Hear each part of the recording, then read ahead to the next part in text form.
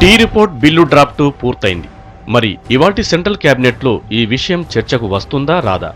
ఇప్పుడు అందరూ ఇదే విషయంలో క్లారిటీ కోసం ఎదురు చూస్తున్నారు. అయితే ఇవాల్టి భేటీలో టీ ఇష్యూ ఎజెండాలో లేదని చెబుతున్నారు central home minister Shinde.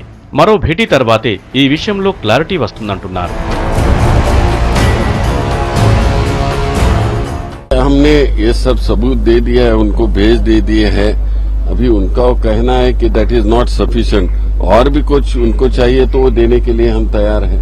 Telangana के बारे में अभी मीटिंग ये चल रही है. हम ग्रुप ऑफ मिनिस्टर की कल भी मीटिंग हो जाएगी.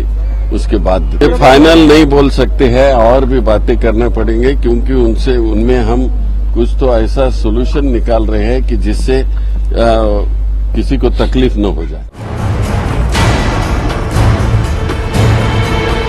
ఈ సంగతిలా ఉంటే క్యాబినెట్ రిపోర్ట్ సమయంలో జరిగిన పాలిటీని గుర్తు చేస్తున్నారు పొలిటికల్ ఎనలిస్టులు. గతంలో మాదిరిగానే ఈసారి డ్రాఫ్ట్ బిల్లు టేబుల్ ఐటెం రూపంలో క్యాబినెట్ సభ్యుల ముందుకు రావడం తథ్యంగా చెబుతున్నారు. విభజన ప్రక్రియపై అడుగులు వడివడిగా పడుతున్న వేళ సీమాంధ్ర ప్రజలను కాస్త శాంతపరిచేందుకు షిండే ఇలాంటి వ్యాఖ్యలు చేశారన్న వార్తలు వినిపిస్తున్నాయి.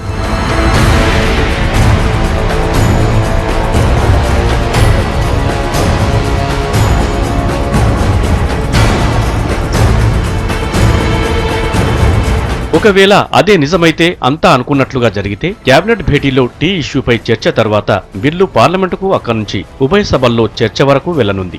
అది కుదరకపోతే ఈ 2-3 రోజుల్లోనే ప్రత్యేకంగా క్యాబినెట్ భేటీ ఏర్పాటు చేసే అవకాశం ఉన్నట్లు సమాచారం.